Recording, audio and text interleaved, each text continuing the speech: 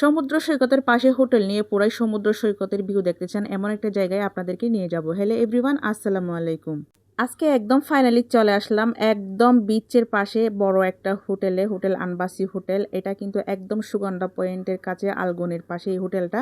এসে একতলা দুতলার মধ্যে কোনো রুম নেবেন না, রুম নেবেন পুরাই সাততলার মধ্যে। সাততলার মধ্যে রুম নিয়ে এইরকম বেলকনির পাশে এসে পুরাই সমুদ্র সৈকতের ভিউটা দেখতে পাবেন। সত্যি অসাধারণ একটা প্লেস ছিল। অনেকে আছে বিচে গেলে হাঁটতে চায় না এবং কিন্তু উপভোগ করতে চায়, তাদের জন্য কিন্তু এটাই অনেক বেশি বেস্ট হবে। তো দেখেন গাইস, আমিও কিন্তু ফাইনালি এখানে চলে আসলাম আপনাদের জন্য একটা ভিডিও নেওয়ার জন্য। তাদের রুমগুলা দেখেন, রুমের ডেকোরেশনটাও কিন্তু খুব ভালো ছিল। তবে এখানে আসার কারণ একটাই, আমার ভাগিনা খুবই অসুস্থ ছিল, তো তারা এখানে উঠছিল, আমিও তাদেরকে দেখার জন্য আসছিলাম।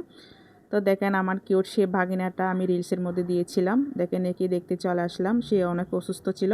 সত্যি এরকম ভিউটা আমার অনেক বেশি ভালো লেগেছে, তাই আপনাদের জন্য ক্যামেরাবন্দি করলাম। আর যারা কক্সবাজার ঘুরতে আসতে চান অবশ্যই এই জায়গার মধ্যে আসতে পারেন, হোটেল আম্বাসি হোটেল। তো এটা কিন্তু একদম কিন্তু আলগুনির সামনে, আপনারা আসলেই দেখতে পাবেন চারতলা।